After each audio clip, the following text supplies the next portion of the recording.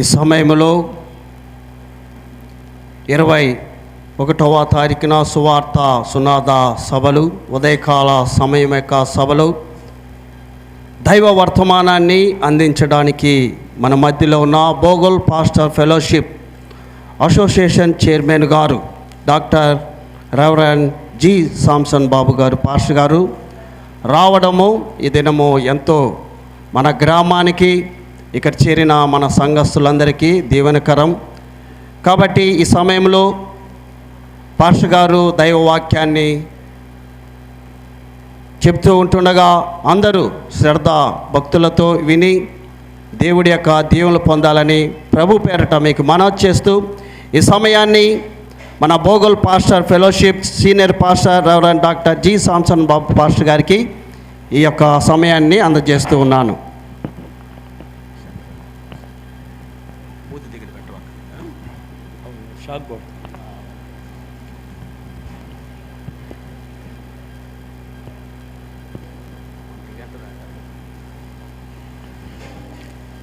దేవుని పరిశుద్ధ నామమునకు మహిమ కలుగునుగాక. మీ అందరికీ ప్రభు అయిన యేసుక్రీస్తు అతి పరిశుద్ధమైన నామంలో నా హృదయపూర్వక వందనాలు చెల్లిస్తున్నాను. ఈ సమయంలో జీసస్ క్రాస్ మినిస్ట్రీస్ వారు నిర్వహిస్తున్నటువంటి ఉద్యోగ సభలు సంఘ విశ్వాసులకు, గ్రామస్తులకు, అనేక మంది బిడ్డలకు ఆశీర్వాదకరంగా ఉండాలని నేను ఆశిస్తూ ఉన్నాను. పాస్టర్ గారు మా యొక్క ఫెలోషిప్ ట్రెజరర్ గారికి తెలియచేశారు. 21వ తారీఖు 20, 21, 22 తారీఖులు మరి ఉద్యోగ సభలు, సువార్త సునాద సభలు జరుగుతున్నాయి. మరి పాస్టర్స్ ఫెలోషిప్ మెంబర్స్ అందరూ కూడా వస్తే బాగుంటుందని చెప్పినప్పుడు నేను ఆ మెసేజ్ సంతోషించి మెసేజ్ పెట్టడం జరిగింది. వాతావరణం కొద్దిగా అననుకూలంగా ఉన్నందువల్ల కొంతమంది బిడ్డలు రాలేకపోయారు. అయినప్పటికీ దేవుని యొక్క పరిచర్య ఆగదు, అది సాగిపోతుంది. దేవుడు తన పనిని జరిగించుకుంటాడు. దేవునికి స్తోత్రం. ఎక్కడ 2, 3 ఆయన నామం పేరిట కూడుకుంటారో అక్కడే వారి మధ్య నేను ఉంటానని సెలవిచ్చిన దేవుడు, ఆయన వాగ్దానం చేసిన దేవుడు నమ్మదగినటువంటి వాడు. దేవునికి మహిమ కలుగునుగాక. హల్లెలూయా, హల్లెలూయా. కాబట్టి దేవుని యొక్క సన్నిధిలో కొంతసేపు దేవుని యొక్క వర్తమానం విందాం. సేవకుల్ని ఉద్దేశించి మాట్లాడబోతున్నాను. రాత్రి మాట్లాడే దైవ సేవకుడు ఉద్యోగ ప్రసంగం చేస్తాడు. ఈరోజు సేవకులు కూడా వచ్చినారు కనుక మీరు కూడా వచ్చిన వాళ్ళు కూడా వినండి. మంచిదే, సంతోషం. దేవుని యొక్క ఆశీర్వాదాలు పొందుకొని దేవుని కొరకు మనం బ్రతుకుదాం. ఒక చిన్న పాట నేను పాడుతున్నాను. యేసయ్యా నీ కన్నులు అనే పాట మీకు తెలిసి ఉంటే నాతో కలిసి పాడవచ్చు. యేసయ్యా నీ కన్నులు ఇంతవరకు కాపాడెనో,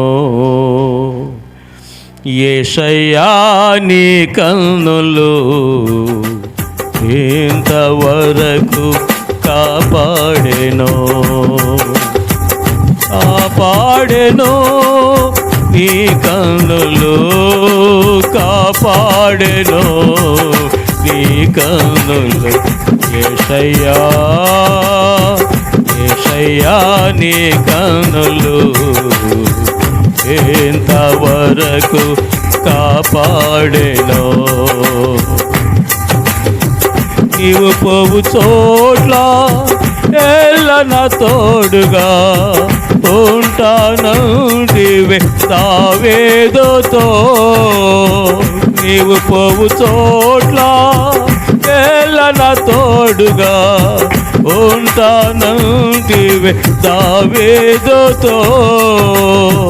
లోకములోని గనులైన వారికి, లోకములోని గనులైన వారికి కలుగు ఘనత ఇచ్చెదనంటివే. యేసయ్యా, యేసయ్యా నీ కన్నులు ఇంతవరకు కాపాడెను. నిన్ను గొప్ప జనముగా చేసెదనంటివి, అబ్రహామును పిలిచిన దేవా. నిన్ను గొప్ప జనముగా చేసెదనంటివి, అబ్రహామును పిలిచిన దేవా. రాజుల ఎదుట, ప్రధానుల ఎదుట, రాజుల ఎదుట, ప్రధానుల ఎదుట కూర్చుండుటకై నన్ను పిలిచితివా యేసయ్యా. యేసయ్యా నీ కన్నులు ఇంతవరకు కాపాడెను. మీరు అడుగు పెట్టిన స్థలమును మీకు ఇచ్చేదనంటివి యెహోషువతో. మీరు అడుగు పెట్టిన స్థలమును మీకు ఇచ్చేదనంటివి యెహోషువతో. నా కొరకు స్థలము సిద్ధపరచ వెళ్ళితివి, నా కొరకు స్థలము సిద్ధపరచ వెళ్ళితివి. శ్రేష్టమైన స్వాస్యము నాకే చూటకు యేసయ్యా. యేసయ్యా నీ కన్నులు ఇంతవరకు కాపాడెను, కాపాడెను. నీ కన్నులు కాపాడెను, నీ కన్నులు. యేసయ్యా, యేసయ్యా నీ కన్నులు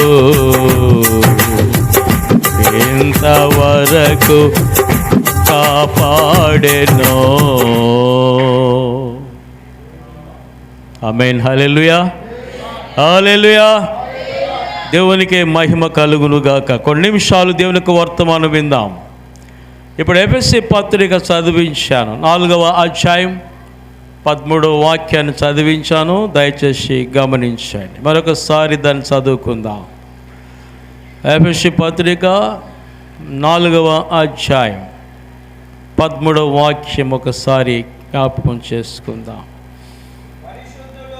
పరిశుద్ధులు సంపూర్ణులగునట్లు క్రీస్తు శరీరము క్షేమాభివృద్ధి చెందుటకు పరిచర్య ధర్మము జరుగుటకును ఆయన కొందరిని అపోస్తులుగాను, కొందరిని ప్రవక్తలుగాను, కొందరిని స్వార్థికులుగాను, కొందరిని కాపరులుగాను, ఉపదేశకులుగాను నియమించను. స్తోత్రం కలుగును గాక.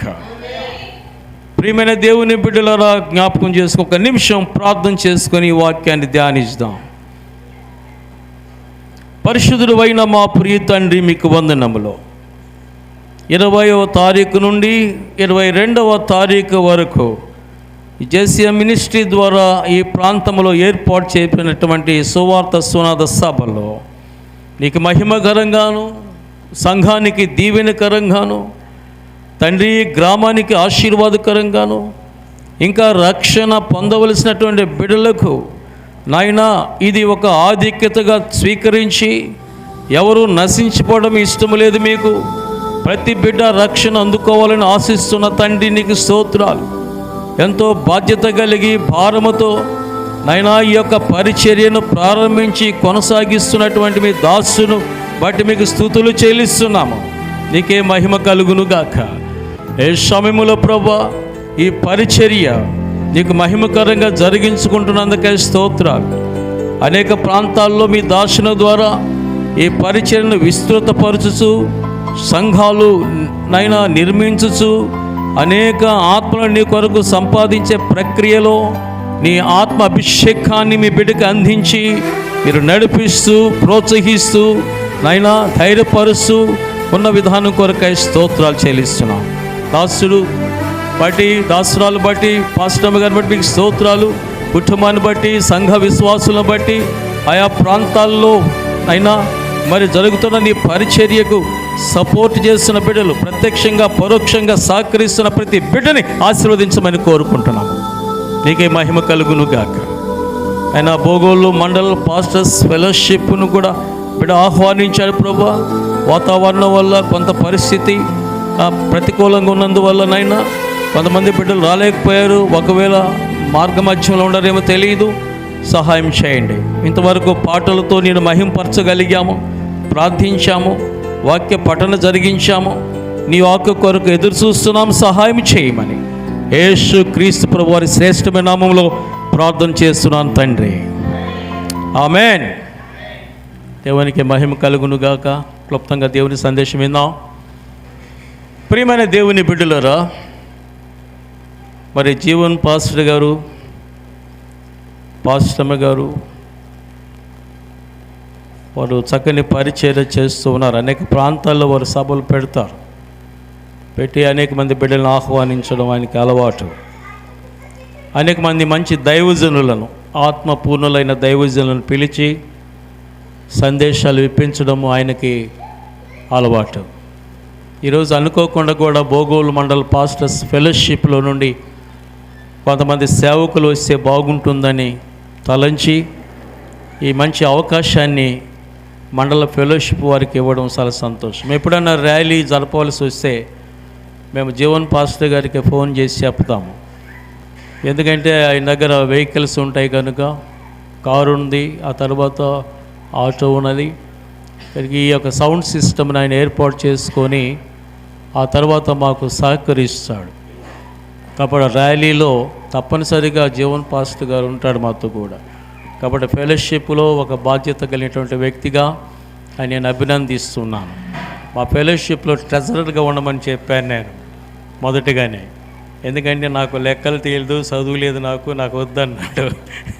కాదు, నువ్వు ఉండడం మంచిది, లెక్కలకి వెళ్ళి మేము రాస్తాం, డబ్బు నీ దగ్గర పెట్టుకో అని చెప్పాము.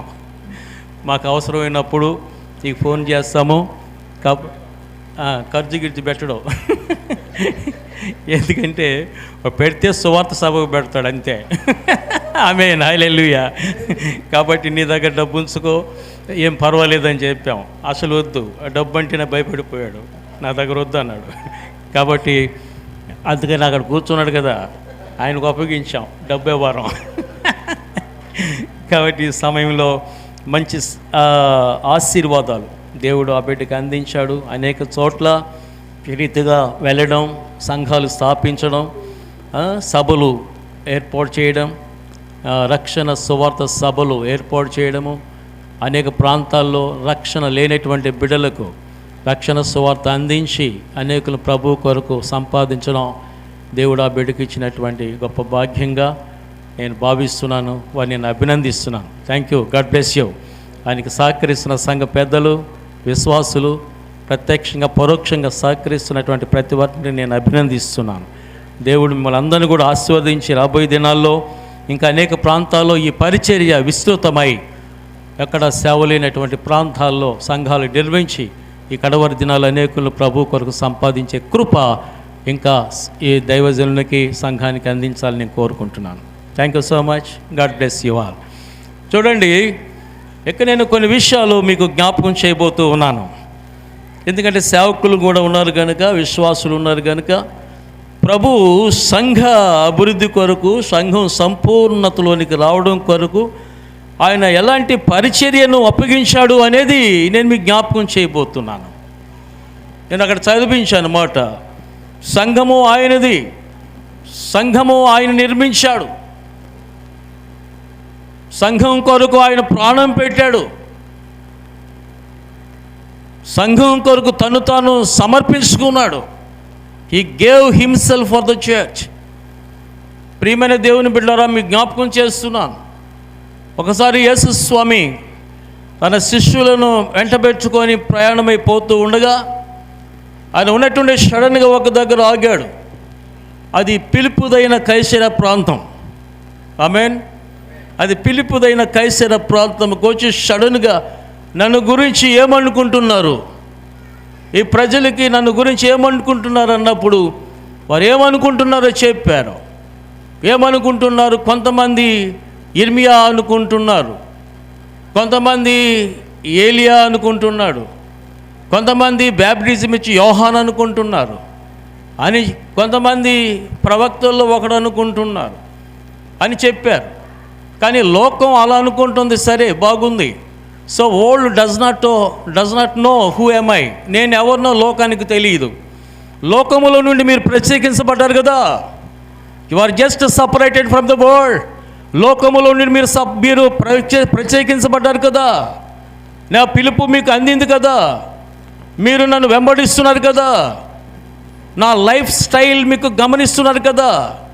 నా మాటలు గమనిస్తున్నారు కదా. నా చూపు గమనిస్తున్నారు కదా. నేను వేసే ప్రతి అడుగు మీరు గమనిస్తున్నారు కదా. అద్భుత కార్యాలు, సూచిక క్రియలు, మనుషులను ఆదరించే విధానం మీరు గమనిస్తున్నారు కదా. మీరేమనుకుంటున్నారు అన్నాడు ప్రభు. స్తోత్రం కలుగును గాక. హల్లెలూయా. వారికైతే తెలియదు, వాళ్ళు తెలుసుకోలే నన్ను గురించి. కానీ నన్ను గురించి మీకు తెలుసు. ఏం తెలుసు మీకు చెప్పమన్నాడు ఆయన.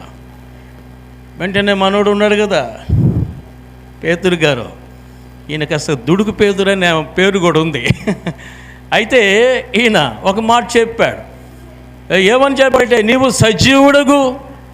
సజీవుడగు దేవుని కుమారుడైన క్రీస్తువు అన్నాడు. ఆమేన్. హల్లెలూయా, హల్లెలూయా. నీవు సజీవుడగు దేవుని కుమారుడైన క్రీస్తు అని చెప్పాడు. నీవు సజీవుడు, యు ఆర్ లివింగ్ గాడ్. నువ్వు సజీవుడు. నాట్ ఓన్లీ దట్, అంత మాత్రమే కాదు, నీవు దేవుని కుమారుడు, you the son of God. నీవు దేవుని కుమారుడు, అంతేకాదు నీవు క్రీస్తువే. ఆమేన్. 3 విషయాలు చెప్పాడు అక్కడ. ఒకటి, నీవు సజీవుడవు, యు ఆర్ లివింగ్ గాడ్. నువ్వు సజీవుడు. సార్ అంటాడు, ఆయన చనిపోయిన తరువాత, సమాధి చేయబడిన తరువాత, మైక్ ఏదో వాళ్ళు మాట్లాడుకుంటారు. వచ్చినప్పటి నుంచి మాట్లాడుతున్నారు వాళ్ళు.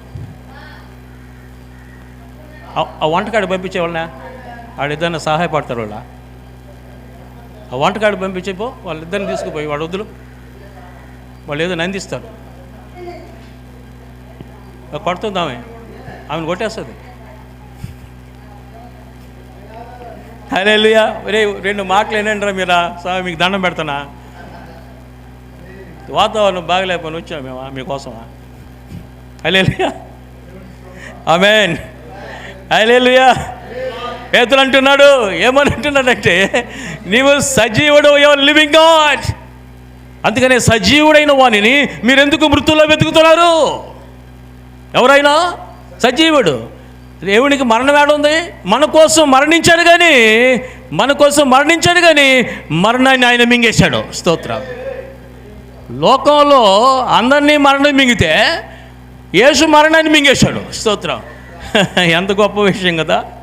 మరణానికి అందరు భయపడుతున్నారు, అసలు మరణమే భయపడిపోయింది యేసుని గురించే. మరణమా నీ ముళ్ళు ఎక్కడా? మరణమా నీ విజయం ఎక్కడా? ఎక్కడంటే మరణపు ముళ్ళు పాపమైతే మరణానికి విజయం ఏంటంటే యేసే విజయం. అంటే అంటున్నాడు ఆయన, విజయమందు మరణము మింగివేయబడినా. ఆమేన్. సభలు కూడా దేవుని మహిమపరచండి. కొడాలి గట్టిగా. ఉద్యోగ సభ అంటే ఉద్యోగ సభే అట్టే ఉండాలా. హల్లెలూయా. చాలాసార్లు ఉద్యోగ సభలు పెడతాం, నిర్జీవంగా వెళ్తారు. ఉద్యోగ సభలో ఉద్యోగం ఉండాలా, నిర్జీవంగా ఉండకూడదు. ఆమేన్. ఆపేసాలే దేవుని దేవుల మాటల. దేవునికి మహిమ కలుగును గాక. అదే స్తోత్రం. నేను సజీవుడవు. ప్రభు అంటున్నాడు ఒకసారి ప్రకటన గ్రంథం 1:18 ఒక మాట అంటున్నాడు, నేను మొదటి వాడను, కడపటి వాడను, జీవించేవాడను, మృతుడనైతిని కానీ ఇదిగో యుగ యుగాలు సజీవుడిగా ఉన్నాను. ఆమేన్. నేను మరణించాను. ఎందుకు? మీ కొరకే. లోకములో ఉన్న ప్రతి ఒక్కరి కొరకు నేను మరణించాను. I died for all. అందరి కోసము, అందరి రక్షణ కోసము, అందరూ మారు మనసు పొందాలి, తన పాపాలు ఒప్పుకోవాలి, యేసుక్రీస్తు నామములో బాప్టిజం తీసుకోవాలి, దేవుని యొక్క సంఘములో ఆయన యొక్క శరీరములో పాలిభాగస్తులు అవ్వాలి. ఆయన నిత్యరాజ్యానికి వారసులు కావాలని ఆయన మహిమను విడిచిపెట్టి ఈ మట్టి లోకంలోనికి, ఈ భూలోకంలోనికి మానవ శరీరాన్ని ధరించి మానవుని కొరకు, మానవుని పక్షంగా, మానవ స్థానంలో నిలిచాడు. ఆయన ఎవరూ చేయలేని పని ఆయన చేశాడు. ఆమేన్. ఎవరు చేయలేని పని, ఎవరు చేయలేని త్యాగం, ఎవరు చేయలేనటువంటి, ఎవరు చూపలేటువంటి ప్రేమ మన పట్ల ఆయన చూపించాడు. స్తోత్రం. మీకు తెలుసా, దేవుని వాక్యంలో ఒక మాట, చక్కని మాట ఉంది. 1 యోహాను పత్రిక 3వ అధ్యాయం 16వ వచనం ఒకసారి చదివి చూడండి క్విక్గా. త్వరగా వెళ్దాం. అసలు 3:16 చదవండి. 1 యోహాను, 1 జాన్. ఆయన మన నిమిత్తము తన ప్రాణమును పెట్టెను గనుక దీని వలన ప్రేమ ఎట్టిదని, ఆయన మన నిమిత్తము తన ప్రాణమును పెట్టెను గనుక ప్రేమ ఎట్టిదని. ఆమేన్, హల్లెలూయా. ఆయన మన కోసం తన ప్రాణాన్ని పెట్టాడు కనుక దాన్ని బట్టి ప్రేమ ఎలాంటిదని మనం తెలుసుకుంటున్నాము. తెలుసా మీకు? ప్రాణం పెట్టగలిగినంత ప్రేమ మానవుల పట్ల చూపించాడు దేవుడు. ఎవరన్నా చేశారా? చేయగలిగారా? మన ఆప్తులలో కూడా చేత కాదో, నేనున్నానంటారో, సమయం వచ్చినప్పుడు వెళ్ళిపోతారు. యేసు ఒక్కడే నిలబడతాడు. ఆమేన్, హల్లెలూయా. అందుకే మీకు జ్ఞాపకం చేస్తున్నాను. ఇక్కడ కొంచెంసేపు వినండి, ఇంట్రడక్షన్గా వినండి ఈ మాటలో. కనుక అది ప్రేమ, ఆయన మన నిమిత్తము తన ప్రాణమును పెట్టిన కనుక దీనివలన ప్రేమ ఎట్టిదని తెలుసుకుంటున్నాము. ఎంత ప్రేమ! How great love God has shown us. మన కొరకు ఎంత గొప్ప ప్రేమను చూపించాడు. ఆ ప్రేమ ఫలితమే యేసుక్రీస్తు. ఆ ప్రేమ ఫలితమే యేసు. ఎవడు నా ప్రాణం తీసుకోడు? ఎవరికి అధికారం ఉందో ఆయన ప్రాణం తీసుకోవడానికి? అయిపోయిన సంకలు కొట్టుకున్నారు, యేసుని సిలువేసేసాను. ఆయన సంకలు కొట్టుకున్నారు, యేసు సిలువేసేసాడు. అయిపోయింది యేసు చాప్టర్ అనుకున్నారు. చాప్టర్ అయిపోలా, ఆడి నుంచే స్టార్ట్ అయింది వ్యవహారం. ఆమేన్, హల్లెలూయా. క్లోజ్ అయిపోయింది. యేసుని సిలువేసేసాం, అయిపోయింది అనుకున్నారు. కానీ అక్కడే స్టార్ట్ అయింది పరిచర్య. యోహాను సువార్త 10వ అధ్యాయం 18వ వచనం ఈ మాట చెప్తుంది, చదవండి. యోహాను సువార్త 10వ అధ్యాయం 18వ వాక్యం. 18 ఉంటే చూడండి, చదువు. నువ్వు పెడతా. ఎవడు నా ప్రాణమును తీసుకొనడు, నా అంతటా నేనే పెడుతున్నాను, దాన్ని పెట్టుటకు అధికారము కలదు, దాన్ని తిరిగి తీసుకోవడానికి. ఆమేన్, హల్లెలూయా. పెట్టడానికి అధికారం ఉంది. I have that authority to laid down my life. నా యొక్క ప్రాణాన్ని పెట్టడానికి అధికారం ఉంది. And again I can take it back. నేను దాన్ని మళ్ళీ వెనక్కి తీసుకోవడానికి కూడా అధికారం ఉంది. నేను పెట్టగలను, ప్రాణం పెట్టగలను, తిరిగి తీసుకోగలను. ఈ అధికారం నాకున్నది. ఎవడు నా ప్రాణము తీయలేడు. నేనే పెడుతున్నా. మంచి కాపరి గొర్రెల కొరకు ప్రాణం పెడతాడు. Jesus is a good shepherd. యేసు మంచి కాపరి, తన గొర్రెల కొరకు ప్రాణం పెట్టగలిగిన కాపరి. ఆమేన్. తన ప్రాణం పెట్టకపోతే మనకు రక్షణ వచ్చిండేది కాదు. ఎందుకు పెట్టాలా ప్రాణం?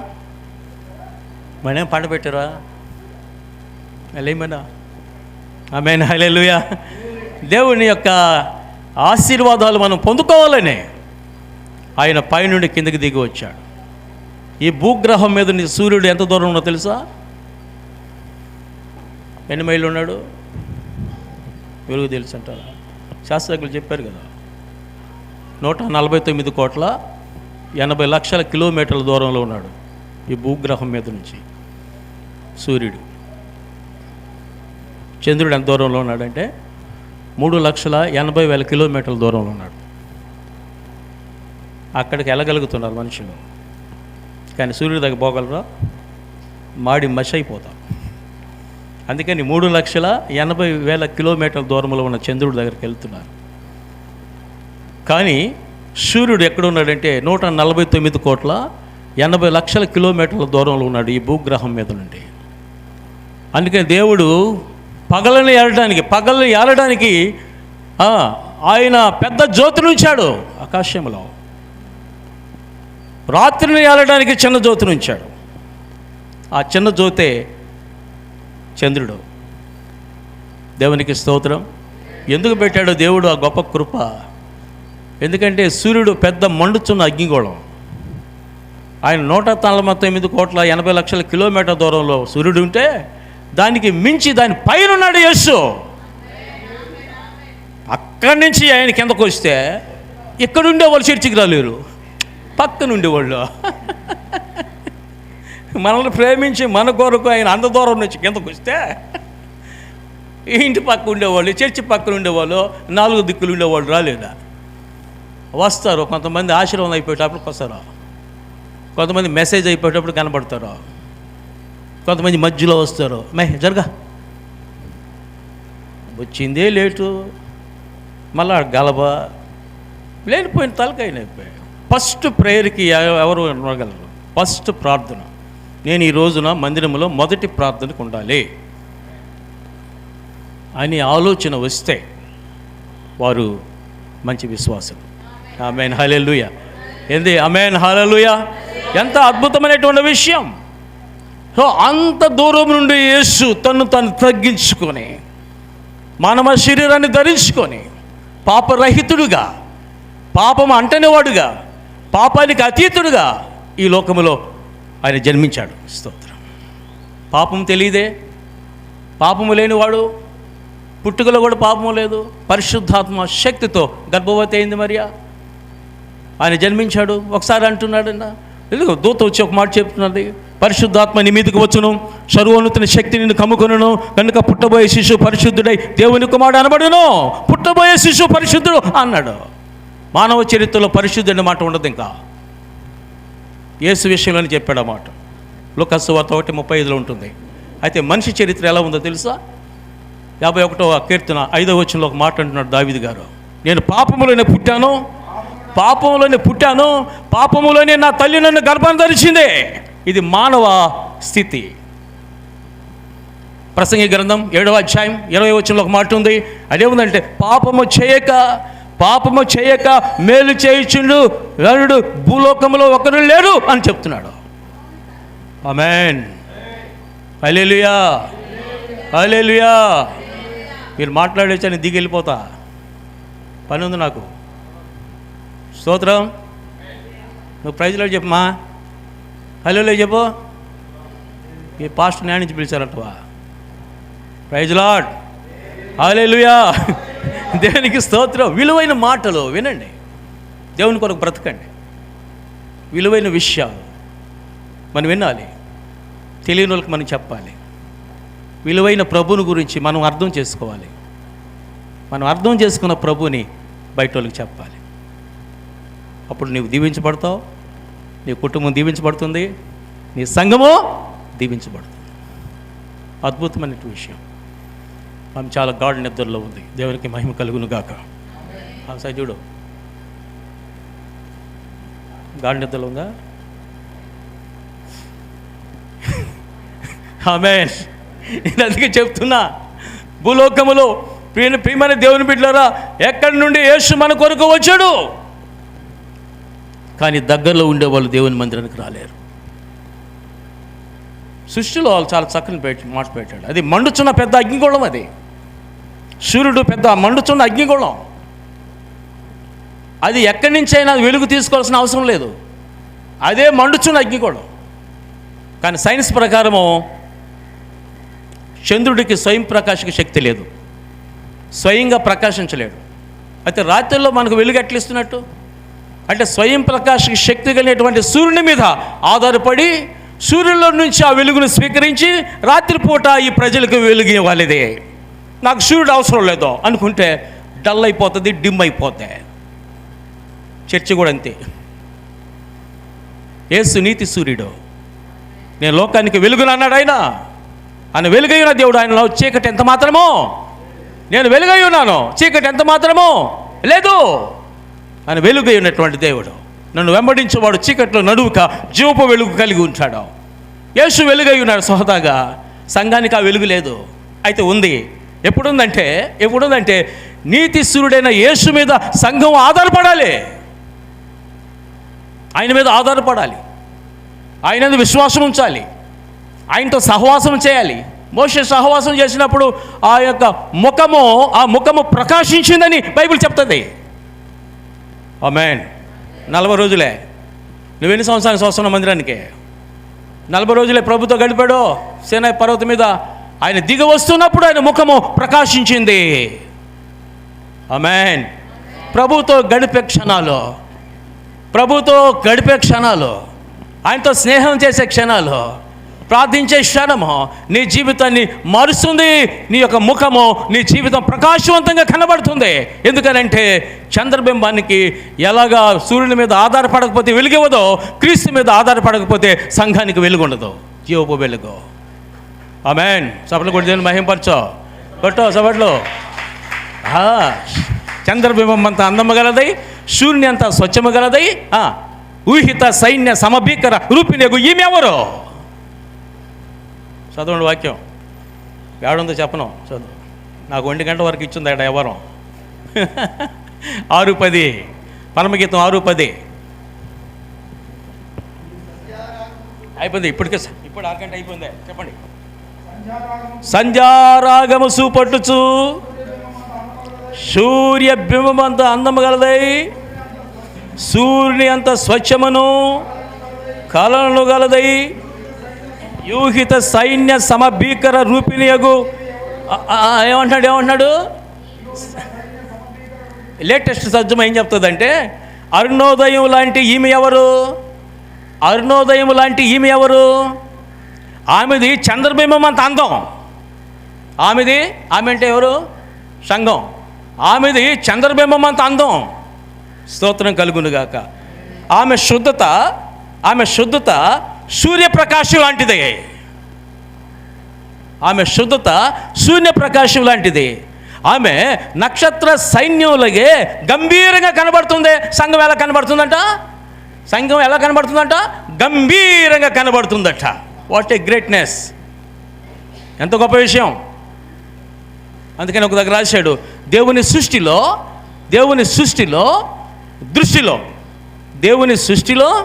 దృష్టిలో అత్యంత రమణీయమైనది, వైభవముతో కూడినది, అందమైనది దేవుని సంఘం. ఇక్కడ చప్పట్లు కొట్టాలా? ఈ దెబ్బకి ఆమె లేస్తుంది. చూద్దాం, లేచిందా చూడండి. హల్లెలూయా. కొట్టు ఇంకా. ఆమేన్. హల్లెలూయా. ఎంత గొప్ప విషయం! రైట్. స్తోత్రం. పరలోకానికి పోవాలంటే ఎంతమంది ఇష్టపడుతున్నాడు? చేతులు ఎత్తమనంటే ఒక పాస్టర్ గారు బోధిస్తాం. ఇంట ఉండేవాళ్ళు ఎత్తరా పరలోకం పోవటానికి? మనం వచ్చింది అడిగా, చేతులు ఎత్తారు. పెళ్ళ thank you, God bless you, చేతులు దించండి అన్నాడు. నరకాన్ని పోవడానికి ఎంతమంది ఇష్టపడుతున్నాడంట? అప్పుడు లేచాడు వాడు, వెనక కూర్చోన్నాడు క్యాండిడేట్, గోడక అనుకోని. నరకం అనే మాట వినలేదంట, చేతులు ఎత్తని మాట విన్నాడంట. వాడు చెయ్యి తెలియచి నిలబడ్డాడు. ఏమయ్యా, గొంతు పోయేటట్టుగా నేను మాట్లాడుతుంటే, గొంతు చించుకొని నేను మాట్లాడుతుంటే, యేసుక్రీస్తు వచ్చింది నరకానికి వెళ్ళేవాడిని పరలోకం చేర్చడానికి కదా, నువ్వేంటే నరకానికి పోవడానికి చెయ్యి ఎత్తున్నావు నువ్వు అని అంటే, నేను ఆ మాట వినలేదు సార్. చెప్పేటప్పుడు ఏం చేస్తున్నావు సార్? నిద్రపోతున్నాను సార్. ఇప్పుడు ఏమన్నాడంటే భలే మాట ఇది సార్, దాని గురించి నేనేమి టెన్షన్ పడడంలే, ఈ సభలో నిలబడి ఉండేది మన ఇద్దరమే. వాడు ఎట్టొచ్చాడు చూడు, నన్ను కూడా కలుపుకున్నాడు, అంటే పాస్టర్ని కూడా కలుపుకున్నాడు. నేను దాని గురించి ఎంత టెన్షన్ పడాల్సిన పని లేదు, ఈ సభలో నిలబడింది మన ఇద్దరమే. పోతే నువ్వు ముందు పోతావు, నీ వెనక నేను వస్తాను అన్నాడట. ఇది చాలా చిక్కేవారం.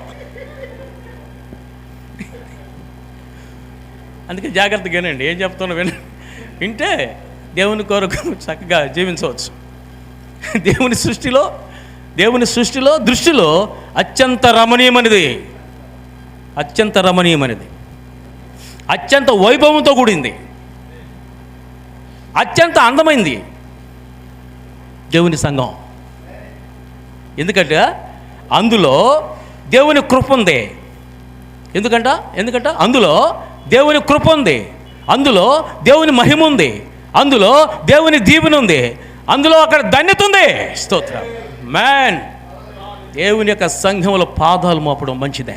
స్తోత్రం కదా. కీర్తన గ్రంథంలో ఎవరు రాశాడు? 84:10. దేవుని సంఘములో ఒక దినము గడుపుట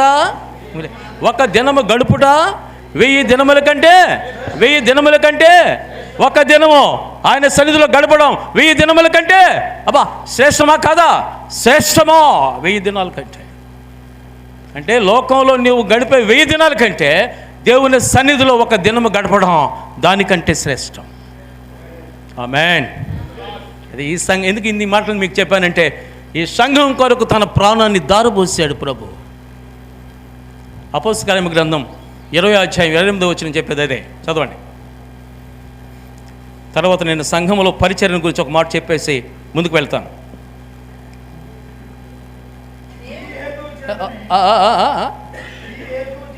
ఒక్క సెకండ్ ఆగు ఒకసారి. చదువు ఇప్పుడు. ఈ హేతు కదా, తప్పు చదువుతున్నావు. 20:28 అది కరెక్ట్. 20:28 దేవుడు తన స్వరక్తం ఇచ్చి సంపాదించిన తన సంఘము. దేవుడు తన స్వరక్తం ఇచ్చి సంపాదించాడంట మనందరినీ, విత్ హిజ్ ఓన్ బ్లడ్. ఏమి ఆ రోజుల్లో గొర్రెలు, గుడ్లు, మేకలు అయిన వధించారుగా. అది చదువుదాం వాక్యం, వాటి వల్ల కాలేదేమో చదువుదాం. హెబ్రీ పత్రిక 10వ అధ్యాయం 4వ వచనం చదవండి. హెబ్రీ 10:4. ఏలయనగా ఎడ్ల యొక్కయు మేకల యొక్కయు రక్తము పాపములను తీసివేయుట దేనికి అసాధ్యమో? ఎడ్లకే, గొర్రెలు, మేకలు ఎన్నో వధించారు మానవుని పాపం పోవడానికి.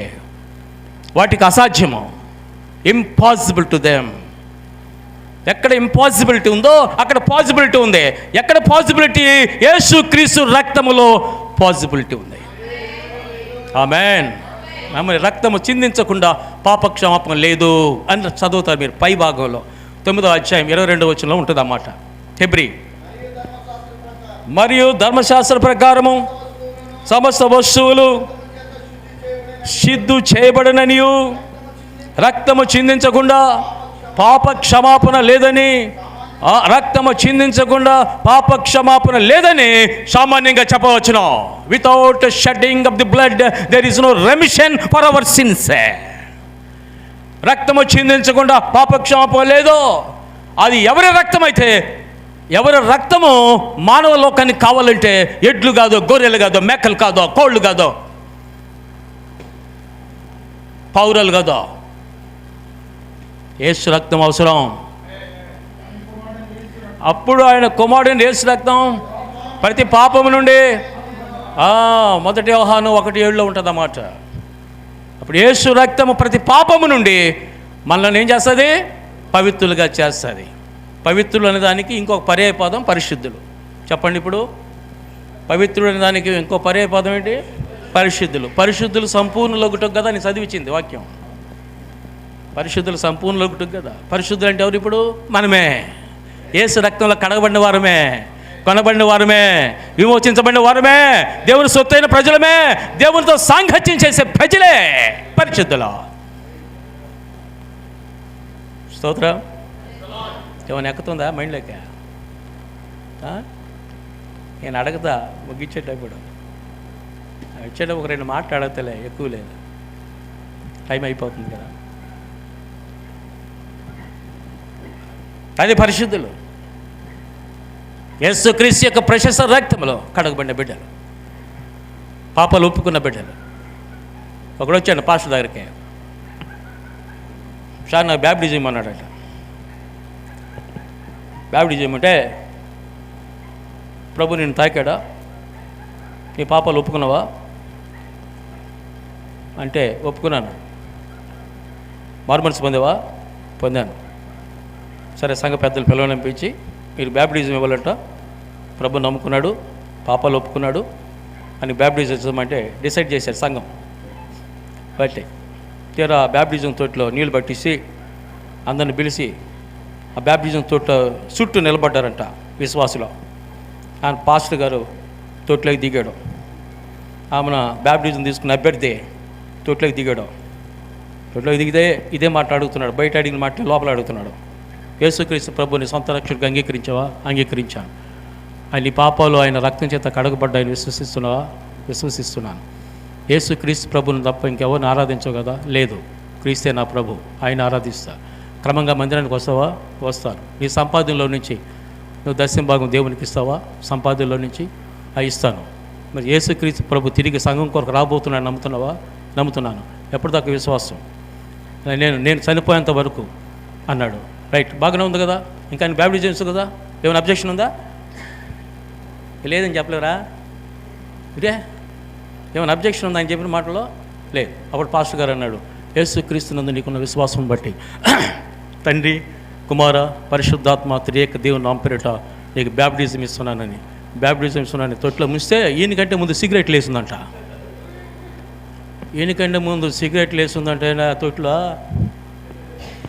అప్పుడు పాస్టర్ గారు అన్నాడు, ఏమయ్యా బ్యాప్టిజం తీసుకునేటప్పుడన్నా సిగరెట్ ఇంట్లో పెట్టి రావచ్చు కదా. అంటే బ్యాప్టిజం తీసుకున్న తర్వాత పోయి తాగమనే? బ్యాప్టిజం తీసుకునేటప్పుడన్నా ఇంట్లో పెట్టి రావచ్చు కదంటే వాడంటాడు, బ్యాప్టిజం తీసుకునేవాడు, ఇది నాది కాదు సార్ అన్నాడు. అదేంది నాది కాదంటున్నావు? బ్యాప్టిజం తొట్లో ఉండేది మన ఇద్దరమే కదా. బ్యాప్టిజం ఇచ్చిన నేను, తీసుకున్న నీవే కదా అభ్యర్థివే. నీది కాకపోతే నాదంటాయా అన్నాడు ఆయన. సార్ మీరు కంగారు పడదు సార్, అది నీది కాదు నాది కాదు, పాత యోహాను అన్నాడట. ఊపిరి పీల్చుకున్నాడు.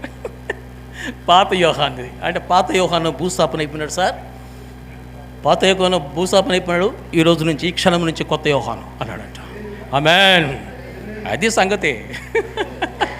పాత తీసుకొచ్చి మళ్ళీ లోడుకొని పందిలాగా మళ్ళీ దూరడం, కుక్కలాగా కక్కేసిన దాన్ని మళ్ళీ తినడం, వాంతి చేసుకుంటుంది, అది తినేస్తుంది. దానికి ప్రీతిగా ఉంటుంది, మనకు అసహ్యంగా ఉంటుంది. పంది కడగబడితే పంది మళ్ళీ పోయి అక్కడ దొల్లాడుతుంది. ఆ జీవితాలు పోయి యేసు రక్తంలో కడగబడి పాత జీవితాలన్నీ తొలగించుకొని క్రీస్తు కొరకు పరిశుద్ధులుగా జీవించడానికి ప్రభు మనల్ని పిలిచాడు. దేవునికి స్తోత్రం. ప్రభు మనను పిలిచాడు, ఆయనతో సహవాసం చేయాలి. నేను పరిశుద్ధులై ఉన్న ప్రకారము మీరు కూడా పరిశుద్ధులై ఉండండి. లేవికాండలో మీరు చదువుతారు కదా, 19:2 ఉంటుంది ఆ మాట. నేను పరిశుద్ధుని కనుక మీరు కూడా పరిశుద్ధులై ఉండండి. ఇదే మాటని పేతురు గారు రాశాడు. పేతురు మొదటి పత్రికలో మొదటి అధ్యాయంలో రాస్తాడు, 14 వచ్చిన నుంచే. కనుక మీరు పరిశుద్ధులైన ప్రకారం మీరు కూడా పరిశుద్ధులై ఉండవని రాయబడి ఉన్నది. ఇది పరిశుద్ధుల సమూహం, ఇది దేవుని సంఘం అంటే పరిశుద్ధుల సమూహము. యేసుక్రీస్తు తన ప్రశస్త రక్తంతో కొని కడిగి మనల్ని విమోచించాడు. ఎక్కడి నుంచి అంటే పాపము నుండి, శాపము నుండి, సాతాను చేతుల్లో నుంచి, మరణము నుండి తప్పించి తన యొక్క సహవాసములోనికి మళ్ళీ ఆహ్వానించారు. స్తోత్రం. ఎక్లేషియా అనండి ఒకసారి, అనండి. ఎక్లేషియా అంటే సంఘానికి గ్రీక్ పదంలో ఎక్లేషియా అన్నాడు. ఈకేకే ఎక్ LESIA లేసియా, ఇది దాని సంగతి. ఎక్లేషియా అంటే ఎక్ అంటే బయటికి అని అర్థం. అవుట్ అంటే చచ్చిపోయాను కదా. ఎక్ అంటే అవుట్, బయటికి. లేసియా అంటే పిలువబడడం, అంటే బయటికి పిలువబడినటువంటి సమూహం అని సంఘం అన్నారు. స్తోత్రం. దేవుడు అంటే లోకములో నుండి, పాపము నుండి, శాపము నుండి, సాతాను చేతుల్లో నుంచి బయటికి పిలువబడినటువంటి ఈ సమూహం ఉందే, ఇదే సంఘం. ఆమేన్. కురియాకోజ్ అనండి ఒకసారి, జర్మన్ భాష అది. కురియాకోజ్. నోరు చెప్పండి మీరా. కురియోస్ అంటే ప్రభు, కోజ్ అంటే బిలాంగ్స్ టు, అంటే ప్రభువుకు చెందింది సంఘం. ఎందుకో తెలుసా? ప్రభువు ఈ సంఘం కొరకు తన ప్రాణాన్ని పెట్టాడు, తన రక్తాన్ని చిందించాడు. రక్తమే ప్రాణం, మన కొరకు చేశాడు ఆ పని. దేవునికి స్తోత్రం. ఇది ఇంకో కొత్త పదం వాడుతున్నా మీకోసం. కిర్క్ అనండి. కిర్క్ అనేది ఫ్రెంచ్ మాట. ఏంది క్రిక్ అండి? అసలు దీని అర్థం ఏంటంటే, ఎవరైతే మనల్ని లోకం నుండి, పాపం నుండి, శాపం నుండి విమోచించాడో, అవసరమైతే ఆయన కొరకు ప్రాణం పెడుతుంది సంఘం. అది సంగతి. ప్రాణం పెట్టగలిగేంత స్థాయికి సంఘం వస్తుంది. ఎందుకో తెలుసా? తన యవ్వన రక్తాన్ని నీ కొరకు, నా కొరకు, సర్వలోకం కొరకు చిందించాడు యేసు. అప్పుడు 33 సంవత్సరాలే. యేసుకి 33. మనందరి కొరకు తన ప్రాణాన్ని ధారపోశాడు. అలాగైతే ప్రభు కొరకు చనిపోవడానికైనా సిద్ధంగా ఉండాలి. అవసరమైతే ప్రాణం పెట్టడానికి సిద్ధంగా ఉంటుంది సంఘం దేవుని కోసం. అద్భుతం. మీకు 3 రోజులు సభలు ఏర్పాటు చేశాడు పాస్టర్ గారు. దైవజనులు చక్కగా తెలియచేస్తారు. వినండి, విశ్వసించండి ప్రభువులో. ప్రభు కొరకు బ్రతికించండి. మీరు క్రమంగా రండి, క్రమంగా రమ్మని చెప్పండి జనాల్ని. వాక్యానికి విధేయులు కండి, హృదయంలోకి చేసుకోండి. పాపానికి దూరంగా ఉండండి, ప్రభువుకి దగ్గరగా ఉండండి. అపవిత్రతకి దూరంగా ఉండండి, పరిశుద్ధతకు దగ్గరగా ఉండండి. లోకానికి దూరంగా ఉండండి, క్రీస్తుకి సమీపంగా ఉండండి. క్రీస్తు కొరకు జీవిద్దాం, అనేకులు ప్రభు కొరకు సంపాదిస్తాం. అప్పుడు సంఘము క్షేమాభివృద్ధి చెందుతుంది. స్తోత్రం. ఆమేన్. ఇప్పుడు రండి, ఎఫెసీ పత్రిక ఇప్పుడు రండి. అక్కడ 5 విషయాలు చెప్తున్నాడు. నేను ఒక 10 నిమిషాల లోపలే మీకు ఈ సందేశాన్ని ముగించి పాస్టర్ గారికి అప్పగించేస్తాను. 4:13 పరిశుద్ధులు సంపూర్ణులగునట్లు క్రీస్తు శరీరము క్షేమాభివృద్ధి పొందాలి. క్రీస్తు శరీరం ఏది? సంఘమే. Body of Christ. క్రీస్తు శరీరము సంఘమే.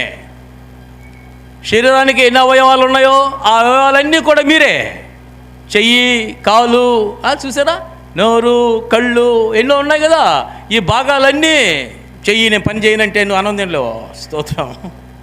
ఈ బాడీ అభివృద్ధి చెందాలంటే అన్నీ ఉపయోగపడాలి. అన్నీ ఉపయోగపడితేనే ఈ బాడీ హెల్తీగా ఉంటుంది. సంఘం కూడా అంతే. నాకేం పని లేదు అనుకోకూడదు. ప్రభు నీకు ఏమేమి పని చెప్పాడో అవన్నీ ఈ సంఘం అభివృద్ధి చెందడానికి మీరు పని చేయాలా. నాకు సంబంధం లేదు అనకూడదు. నాకు సంబంధం లేదని బాడీలో ఉన్న పార్ట్ అంటే ఈ బాడీ వీక్ అయిపోతుంది, జబ్బులో పడిపోద్ది. బాడీలో జబ్బులో పడిపోద్ది, చచ్చిపోద్ది బాడీ. సంఘం కూడా అంతే. మీరందరూ పని చేయాలి. దేవుడు ఏమేమి పని ఒప్పగించాడో దేవుడు ఆ బాధ్యతలు ప్రతి ఒక్కరూ నిర్వహించాలి. ఎప్పుడైతే మీరు చేస్తారో క్రీస్తు శరీరం అనే సంఘం అభివృద్ధి చెందుతుంది. ఆమేన్. అయితే బాడీ ఆఫ్ క్రైస్ట్ ఇదైతే అయితే దీనికి శిరస్సు ఎవరు? క్రీస్తే శిరస్సు. క్రీస్తు శిరస్సు అయితే మనం అందరం కూడా బాడీ, ఆయన శరీరము. సంఘానికి క్రీస్తు శిరస్సు, హెడ్ ఆఫ్ ది చర్చ్. మీకు తెలుసా? CHURCH అనే మాటలో ఉంది ఆ మాట. CHURCH అంటే చర్చ్ కదా. ఆ చర్చ్ అంటే పైన ఉన్న CH, Christ is the head of the church. పైన CH ఉంది కదా, దానికి అర్థం ఏంటంటే Christ is the head of the church. క్రీస్తు సంఘానికి శిరస్సు. కింద CH ఉంది కదా, కింద CH, Christ is the Holi in the church. పైన హెడ్ ఆఫ్ ది చర్చ్, కానీ Christ is the Holi in the church. అంటే సంఘానికి క్రీస్తు శిరస్సు, సంఘంలో క్రీస్తు పరిశుద్ధుడు. ఆమేన్. మీరు ఒకసారి చెప్పండి. సంఘానికి క్రీస్తు పరిశుద్ధు కదా. ముందు శిరస్సు చెప్పు. సంఘానికి క్రీస్తు శిరస్సు, సంఘంలో క్రీస్తు పరిశుద్ధుడు. ఇన్ ద మిడిల్, మధ్యలో యుఆర్ అని ఉంటుంది. యుఆర్, నువ్వే అని డైరెక్ట్ అర్థం. అంటే నువ్వే. యు అంటే యూనిటీ, విడదీస్తే యూనిటీ. ఆర్ అంటే రెస్పాన్సిబిలిటీ. అంటే దేవుని యొక్క ప్రశస్త రక్తములో కడగబడి కొనబడి విమోచించబడినటువంటి పరిశుద్ధ సమూహము ఆత్మ కలిగించే ఐక్యతలో ముందుకు వెళ్ళిపోవాలి. యూనిటీ. ఎఫెసీ 4:1 చెప్పే మాట అదే కదా. నోట్ చేసుకుని తల చదువుకుందరు. అప్పుడే ఐక్యంగా ఉండాలి. ఆర్ అంటే రెస్పాన్సిబిలిటీ. అంటే దేవుని యొక్క రక్తంలో కడగబడి కొనబడి విమోచించబడి పరిశుద్ధ సమూహంలో చేర్చబడినటువంటి ప్రతి బిడ్డకు బాధ్యత కలిగి ప్రవర్తించాలి సంఘంలో. ఇది నా బాధ్యత, ఇది నేను చెయ్యాలా. పాస్టర్ గారికి నేను సహకరించాలా, సువార్తలో నేను సహకరించాలా, ఆయనతో కూడా మీరు వెళ్ళాలి, సంఘం బయటకు వెళ్ళాలి ప్రభుని ప్రకటించడానికి. ఎప్పుడైతే అలా మీరు చేయగలరో ఆ సంఘము అభివృద్ధి చెందుతుంది. ఆమేన్. ఇప్పటికి ఎక్కువైపోయినట్టుంది వీళ్ళకి.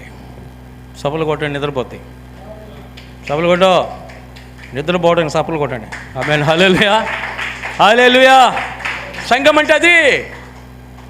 అందుకే ఈ సమయంలో మాట జ్ఞాపకం, పరిశుద్ధులు సంపూర్ణులు అవ్వాలి. అంటే క్రీస్తు సంపూర్ణతకి సమాన సంపూర్ణత రావాలి. క్రీస్తు సంపూర్ణమా. మీ పరలోకపు తండ్రి సంపూర్ణుడు గనుక, పరలోకపు తండ్రి సంపూర్ణుడు గనుక మీరును సంపూర్ణులై ఉండుడి. అంటే అర్థం ఏంటి? ఏంటంటే చూసారా, వర్షము మంచోడి మీదకి వర్షం వస్తుంది, చెడ్డోడి మీద కూడా వస్తుంది. సూర్యరశ్మి మంచోడి మీదకి వస్తుంది, చెడ్డోడి మీదకి వస్తుంది. అంటే సూర్యరశ్మి అందరి మీదకి వస్తున్నట్టుగా ప్రేమ అందరినీ చూపించాలి. యేసు ప్రేమ. శత్రువుని కూడా ప్రేమించాలి. యేసుప్రభు ఇంత కష్టపడ్డా కూడా, ఇంత శ్రమలు పడ్డా కూడా యేసుప్రభు వారు ఆయన శిలువ మీదకి ఎక్కినప్పుడు, తండ్రి వీరేమి చేయుచున్నారో వీరెరుగురు గనుక వీరిని క్షమించమని కోరాడు ఆయన. మంచివాడి మీద, చెడ్డవారి మీద, నీతిమంతుల మీద, అనీతిమంతుల మీద వర్షం ఎలా కురుస్తుందో, సూర్యరశ్మి ఎలా పడుతుందో, యేసు యొక్క ప్రేమలో తేడా ఉండదు. ఆమేన్. పరిపూర్ణత అంటే అదే అర్థం. పరిపూర్ణత అంటే అర్థం అదే. అందుకని మీరు ప్రేమించే వాడిని ప్రేమించడంలో మీకేం ప్రయోజనం? వాళ్ళు కూడా అదే పని చేస్తున్నారు కదా. మీలో కోరదగింది ఏముంది ఇంకా? అందుకని దేవుని యొక్క సన్నిధిలో క్రీస్తు యొక్క ప్రేమ కలిగినటువంటి వారంగా సంఘం ముందుకు వెళ్ళాలి. ఆమేన్. అప్పుడు పరిశుద్ధులు సంపూర్ణులు అవుతారు. దేవుని యొక్క సంపూర్ణతలోనికి ఎదగాలి మనము. ఆయన నీతిమంతుడు, నీతి మనం తెచ్చుకోవాలి. ఆయన పరిశుద్ధుడు, పరిశుద్ధులుగా మనం ఉండాలి. ఆయన యథార్థవంతుడు, యథార్థం నీ జీవితంలో ఉండాలి. చూసారా, గమనించారా? ఆయన అనేక మందిని ప్రేమించాడు. ఆ ప్రేమ నిన్ను పొరుగువాడిని ప్రేమించే ప్రేమ అంటే దేవుణ్ణి ప్రేమించే ప్రేమ, పొరుగువాడిని ప్రేమించే ప్రేమ వేరు వేరు కాదు. ఈ మాట చెప్పాలి మీరు. దేవుని ప్రేమించే ప్రేమ చెప్పు. దేవుని ప్రేమించే ప్రేమ, ఇతరులను ప్రేమించే ప్రేమ వేరు వేరు కాదు. అది సంగతి. ప్రభువుని ఎలా ప్రేమిస్తున్నావో అలాగే ఈ తోటి వారిని ప్రేమించాలి, పొరుగు వారిని ప్రేమించాలి. ఆ ప్రేమను చూపించగలిగితేనే నీవు సంపూర్ణలోనికి వచ్చినట్టు అర్థం. పరిశుద్ధులు సంపూర్ణలోగుటకును చదువు మాట, క్రీస్తు శరీరము క్షేమాభివృద్ధి చెందుటకును పరిచర్య ధర్మము జరుగుటకును ఆయన ఏం చేశాడు? కొందరిని అపోస్తులుగాను, కొందరిని ప్రవక్తలుగాను, కొందరిని సువార్తికులుగాను, కొందరిని కాపరులుగాను, కొందరిని ఉపదేశకులుగాను నియమించను. 5-fold మినిస్ట్రీ అంటారు దాన్ని. 5-fold ministry. సంఘము లేక దేవుని యొక్క పరిచర్య అభివృద్ధి చెందడానికి 5 రకాలైన పరిచర్యను దేవుడు ఏర్పాటు చేశాడు. అందులో సేవకులు కూడా పెట్టాడు. చూడ కాపరులుగా అన్నాడు కదా. మొదటి మాట ఏంటి? అపోస్తులుగాను. అపోస్టులోస్ అనే గ్రీక్ పదం. అది ఏందంట నాకు చెప్పు.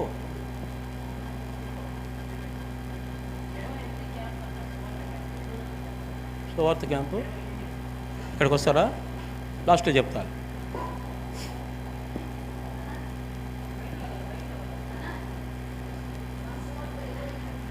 నేను మెసేజ్ పెట్టిస్తాను తర్వాత.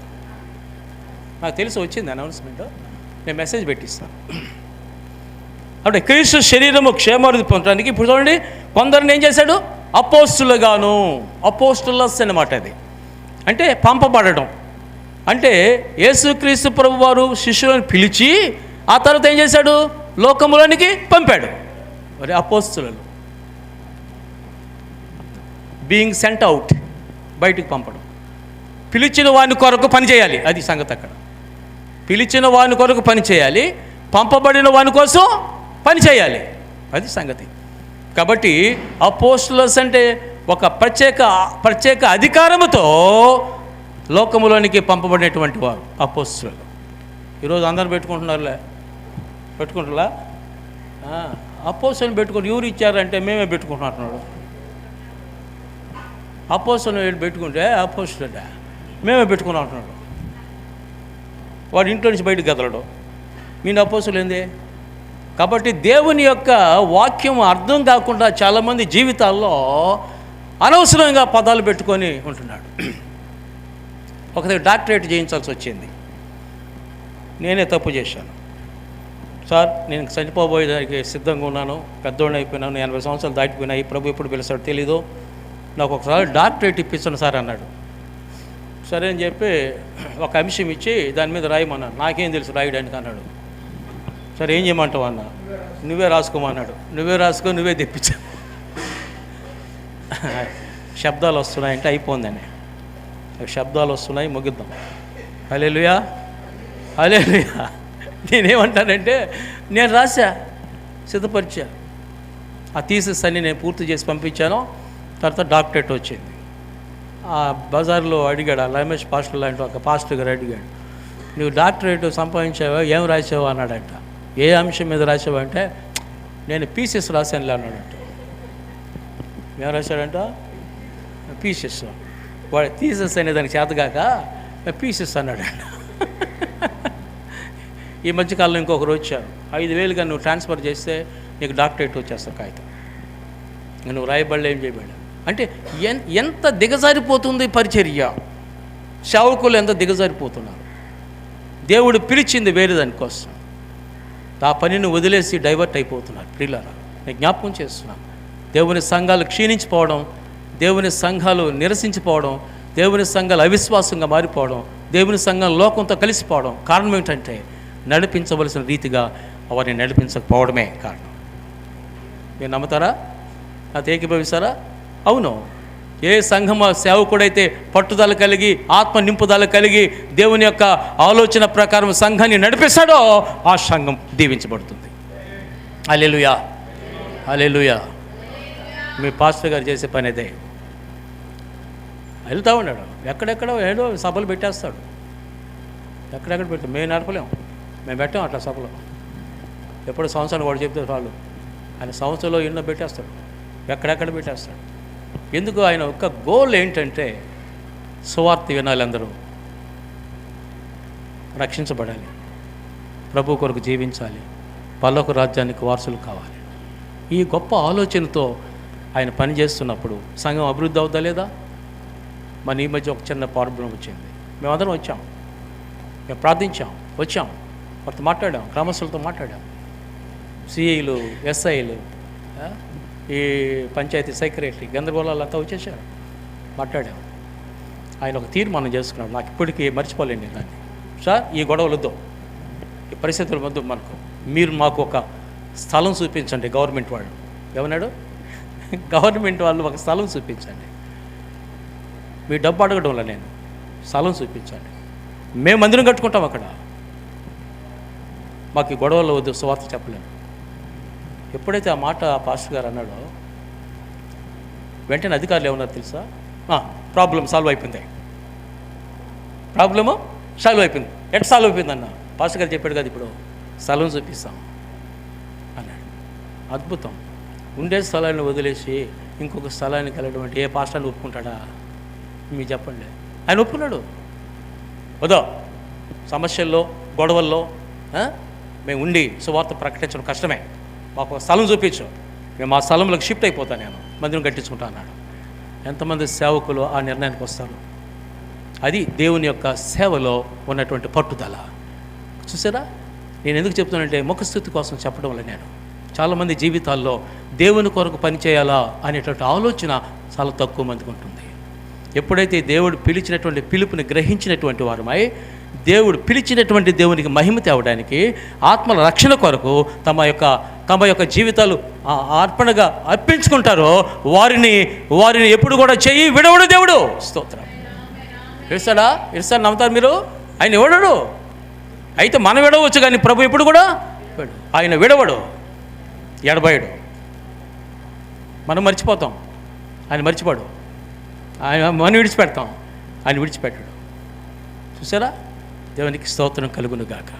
మనం నిద్రపోతాం, ఆయన నిద్రపోడు. ఇశ్రాయేలుని కాపాడే దేవుడు కునుకడు. మనం నిద్రపోతాం అలసిపోతే, కానీ ఆయనకి నిద్ర లేదు. మనం విడిచిపెట్టేస్తాం, కానీ ఆయన విడవడు. మనం మర్చిపోతాం, కానీ ఆయన మర్చిపోడు. అలాంటి గొప్ప దేవుడు నిన్ను నన్ను పిలిచాడు ఈ రోజున. ఆయన సన్నిధిలో ఉద్యోగ సభలో పాల్గొన్న దేవుని బిడ్డలారా, జ్ఞాపకం చేస్తున్నాను. ప్రభు ఇచ్చిన గొప్ప రక్షణ భాగ్యాన్ని అందుకొని అనేకులు ప్రభు కొరకు నడిపించండి. ఏమంటున్నాడు? సంఘం అభివృద్ధి చెందడానికి ఏం చేశాడు? అపోస్తులుగా ఏర్పాటు చేశాడు. తర్వాత కొంతమంది ప్రవక్త అంటే దేవుని పక్షంగా నిలబడి ప్రజలతో మాట్లాడేవాడు ప్రవక్త. ఇప్పుడు చాలామంది ప్రవక్తలు చేస్తున్నారు, చేరలేదా? ఒక ప్రవక్త అన్నాడు, వర్షము ఆగిపోవును గాక, రాదు అన్నాడు. ఎప్పుడైతే ఈ మాట అన్నాడో మామూలుగా పడుతుంది వర్షం, అది దంచింది చూడో, దంచిపెట్టింది. ఎవరు బైబిల్ సంకలం పెట్టుకొని లేచి వెళ్ళిపోయాడు. అంటే ఆ మాటలో మీకేం అర్థమైంది?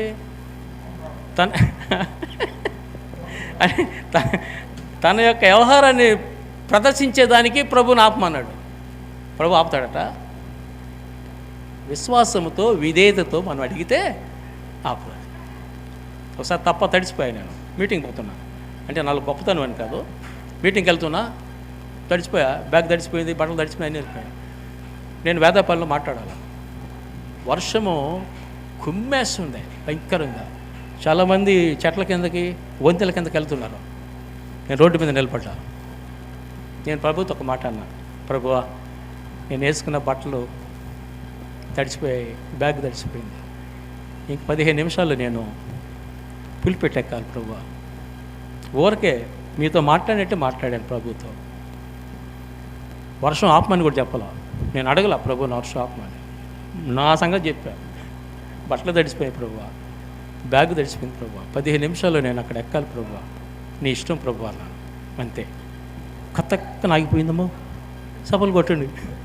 కత్తక్కన ఆగిపోయింది, నేను అడగలా. అంటే నా స్థితి గమనించినటువంటి నా ప్రభు నేను మళ్ళీ అక్కడ చేరేంత వరకు వర్షము.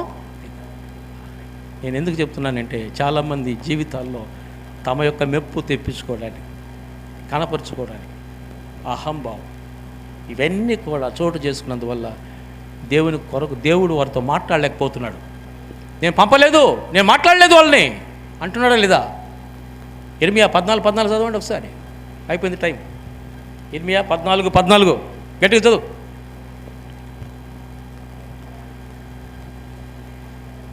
రవి గారు నీకు నీకు నీకు 3 నిమిషాలు ఇచ్చేస్తాను మైకో. పాస్టర్ గారు వచ్చేస్తాడా? ఒక్క సెకండ్ ఉండు నేను ఎన్లా అప్పుడు చదువు. యెహోవా నాతో ఇట్లా, నేను ప్రవక్తులు నా నామమును బట్టి అబద్ధములు ప్రకటిస్తున్నారు. ఏమన్నాడు? నేను వారిని పంపలేదు, వారికి ఆజ్ఞ ఇయ్యలేదు, వారితోనే మాట్లాడలేదు.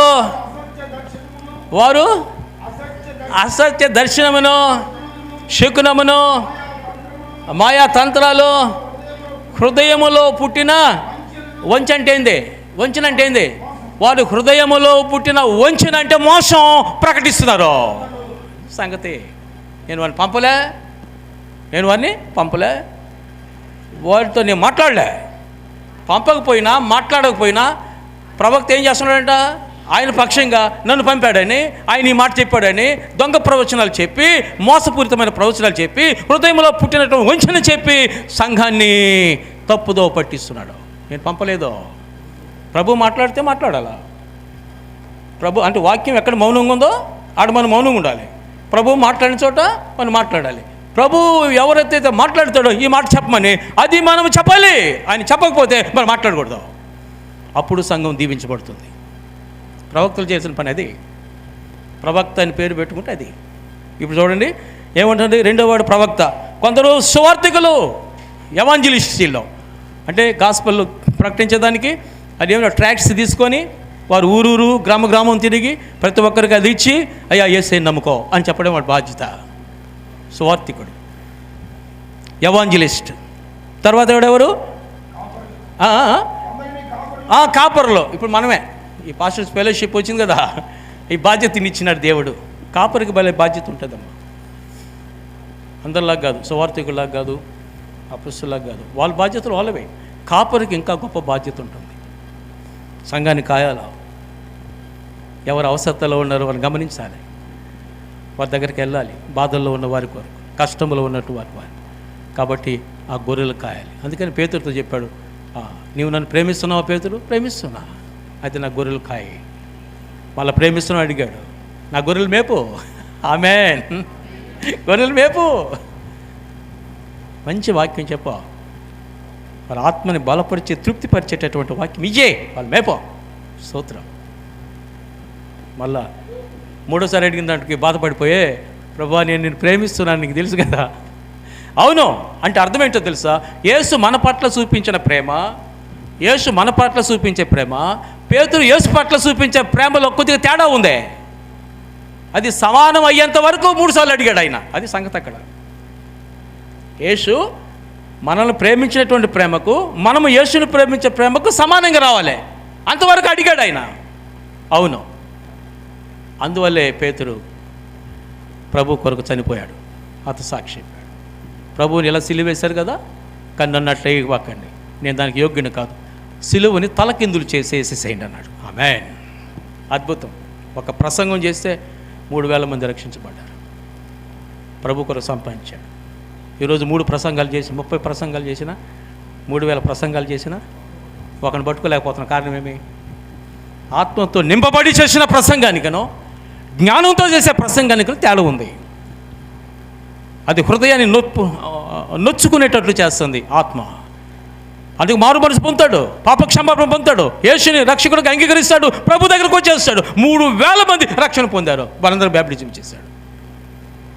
ఆమేన్, స్తోత్రం. ఎంత గొప్ప మార్పు! అది దేవుని ప్రేమించే ప్రేమ. దేవునికి స్తోత్రం కలుగునుగాక. అది తర్వాత చూడండి, కాపరులుగాను ఉపదేశకులుగాను నియమించను. Is a teachers. నాలాంటి వాళ్ళు ఏం చేస్తాడు? ఉపదేశిస్తూ ఉంటాడు.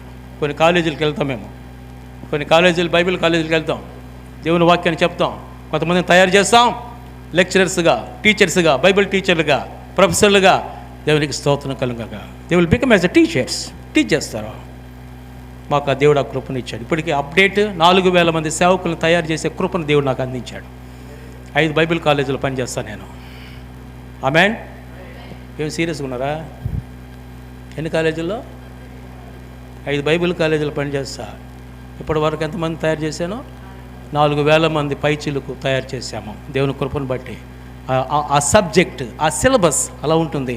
ఒకరోజు ఇప్పుడు 1 గంట అయిపోయింది, భోజనానికి మీరు లేస్తారు ఇప్పుడు, కానీ 2 గంటలైనా భోజనం జోలికి పోరు. ఎందుకో తెలుసా? ఆ సిలబస్ అలాగే ఉంటుంది, ఆ టీచింగ్ అలాగే ఉంటుంది. అందువల్ల అయ్యా టైం అయిపోయింది, భోజనానికి పోండి మళ్ళీ అవుద్దాం అన్న కూడా లేరు. టీచర్స్ టీచ్ చేసే విధానంలో ఉంది ఆ సిలబస్. వాళ్ళ బ్రెయిన్లోకి ఎప్పుడైతే ఎక్కిస్తామో ప్రభు కొరకు బలమైన సాక్షులుగా నిలబడతారు, మంచి సేవకులుగా నిలబడతారు. ఎన్ని ఆటుపోట్లు వచ్చినా, ఎన్ని అవమానాలు వచ్చినా, ఎన్ని శ్రమలు వచ్చినా దేవుని కొరకు నిలబడతారు అంతే. స్తోత్రం. They can stand for Christ. If necessary they will die for Christ. క్రీస్తు కొరకు చనిపోతారు. అది సేవ, అది సంఘం, అది విశ్వాసం, అది సహవాసం. అలాంటి గొప్ప కృప ఈ సంఘానికి దేవుడు అందించాలని రాబోయే దినాల్లో ఈ 2 రోజులు సభలు ముగించేటప్పటికి అనేక మంది బిడ్డలు ప్రభు కొరకు నిలబడాలి, విశ్వాసంలో బలపరచబడాలి. నా కొరకు చనిపోయిన క్రీస్తు కొరకు మనం బ్రతకాలి, జీవించాలి. అలాంటి గొప్ప కృప మీ అందరికీ దేవుడు అందించాలని మరొకసారి జీవన్ పాస్టర్ గారిని, కుటుంబాన్ని, మిమ్మలను అభినందిస్తూ ఎంతో సహనంతో ఈ వాక్యాన్ని విన్నందుకు మీ అందరికీ నా హృదయపూర్వక వందనాలు చెల్లిస్తూ ఈ మాటలు ముగిస్తున్నాను. ఆమేన్, హల్లెలూయా. మన మధ్య పాస్టర్ ఐజయ్ గారు, మిస్సెస్ సూజన్ పాస్టర్ గారు ఉన్నారు. సూజన్ గారు ముందుకు వచ్చి ప్రార్థన చేస్తారు, తర్వాత ఆశీర్వాదం తీసుకొని ఈ సభను ముగిద్దాం. జీవన్ గారు అంతేనా? సరే, నువ్వేమైనా మాట్లాడతావా? సరే, ఏమైనా మాట్లాడుతుంటే సాయంకాలం మాట్లాడుతాడమ్మా. సాయంకాలం సభ ఉందా? ఎన్ని గంటలకి? అది ఒకటి చెప్తాలే నేను. బ్రదర్ నువ్వేమైనా మాట్లాడతా? ప్రార్థన చేయమ్మా. ప్రార్థన చేసుకుందాం. ఒక మంచి తీర్మానం తీసుకుందాం. సువార్తను ఎలా ప్రకటించారు? లోకంలో ఎంతోమంది జ్ఞానులు, ధనవంతులు ఉండగా ఎన్నికలైనటువంటి మనల్ని ఎన్నుకొని ఈ ఉన్నతమైనటువంటి సంఘానికి మనల్ని నడిపించినటువంటి దేవునికి ఏమిచ్చి మన రుణాన్ని మనం తీర్చుకోలేం. కాబట్టి ప్రభువా, ఆ కాలంలో ఎలాగైతే సువార్తను చెప్పారో, సంఘంలో 1-2 రక్షణ పొందిన వాళ్ళు వెళ్ళి ఇతరులకు సువార్తను ప్రకటిస్తే ఆ సంఘం ఇంకా అభివృద్ధి చెందుతూ ఉంది. నేను కూడా ప్రభువా సువార్తను ప్రకటించాలయ్యా అని ఒక మంచి తీర్మానం తీసుకొని ఈ జువ్వలదిన్నె గ్రామంలో ఎంతమంది బిడ్డలైతే రక్షణ పొందారో వాళ్ళకు మంచి తీర్మానం తీసుకొని ఈ యొక్క జీసస్ క్రైస్ట్ చర్చికి అనేక మందిని తీసుకురావాలని ప్రేమతో మనవి చేస్తూ ఉన్నాను. తలలు వంచి ఒక మంచి తీర్మానం తీసుకొని ప్రార్థన చేద్దాం. పరిశుద్ధుడా, ప్రేమానమ్మకమైన మా పరలోకపు తండ్రి, నీ పరిశుద్ధ నామానికి స్తోత్రం చెల్లిస్తూ ఉన్నాం. మీరు ఇచ్చినటువంటి గొప్ప తలంపు కొరకే నీకు స్తోత్రం చెల్లిస్తూ ఉన్నాం. 2 దినాల కూడికల్లో తండ్రి, నిన్నటి దినం, ఈ దినం ఈ కూడికల్లో తండ్రి మీరుండి నడిపించిన విధానాన్ని బట్టి నీకు స్తోత్రం చెల్లిస్తూ ఉన్నాం. ఈ ఉదయకాల సమయంలో ప్రభా, సేవకులకు, విశ్వాసులకు సరి అయినటువంటి వర్తమానం మీ దాసుని ద్వారా మీరు మాకు అందించిన విధానాన్ని బట్టి నీకు స్తోత్రం చెల్లిస్తూ ఉన్నాం. ప్రభా, సంఘంలో 5 విధాలైనటువంటి పరిచర్లు తండ్రి, విశ్వాసులైనప్పటికీ సేవకులైనటువంటి మేము వాటి ప్రకారంగా మేము జీవించడానికి ప్రభా మీరు సహాయం చేయమని అడుగుతూ ఉన్నాం. పౌలు గారు ఇచ్చినటువంటి రీతిలో ప్రభా ఎఫెసీ సంఘానికి ఎలాగైతే చెప్పారు, ఈ ఉదయకాల సమయంలో సేవకులైనటువంటి మాకు మీరు ఇచ్చినటువంటి ఉపదేశం కొరకే నీకు స్తోత్రం చెల్లిస్తూ ఉన్నాం. కొంతమందిని కాపర్లుగాను ఉపదేశకులుగాను మీరు నియమించి ప్రభా అనేక మంది ప్రార్థనా పనులను మీరు లేపమని అడుగుతూ ఉన్నాం. ఈ సంఘాన్ని ఇంకా దినదిన మీరు అభివృద్ధి చేయండి. విన్న వాక్యానుసారంగా మేమందరము జీవించి అనేక మందిని సువార్త తట్టు నడిపించడానికి మీరు సహాయం చేయమని అడుగుతూ ఉన్నాం. మేమే కాదు తండ్రి, మా జీవితాలలో ఒక పరిశుద్ధమైనటువంటి ఒక పవిత్రమైనటువంటి జీవితాన్ని జీవించడానికి లోకంలో నుండి మీరు మమ్మల్ని పిలిచారయ్యా. పరిశుద్ధులుగా ఉండటానికే మిమ్మల్ని పిలిచాను, కానీ అపవిత్రులుగా ఉండుటకు నేను మిమ్మల్ని పిలవలేదని చెప్పిన రీతిగా తండ్రి మేము పరిశుద్ధమైనటువంటి జీవితాన్ని అన్వయించుకోవడానికి మీరు సహాయం చేయమని అడుగుతూ ఉన్నాం. మాలో ఉన్నటువంటి పాపపు క్రియలు, దుష్ట తలంపులు, దుష్ట క్రియలన్నిటినీ మీరు విడుదల దయచేసి ప్రభువా మీరు మమ్మల్ని పరిశుద్ధపరిచి తండ్రి పరిశుద్ధమైనటువంటి జీవితం జీవించడానికి మీరు సహాయం చేయండి. మేమందరము లోకములో జ్యోతుల వలె ప్రకాశించాలని జీవవాక్యాన్ని చేత పట్టుకొని ప్రభా లోకంలోనికి వెళ్ళి మా సువార్తను అందించడానికి మీరు మమ్మల్ని ఆయుధపరచమని అడుగుతూ ఉన్నాం. మీరే సహాయం చేయండి అయ్యా. సాయంకాల సమయానికి తండ్రి మంచి వాతావరణాన్ని మీరు అనుగ్రహించమని అడుగుతూ ఉన్నాం.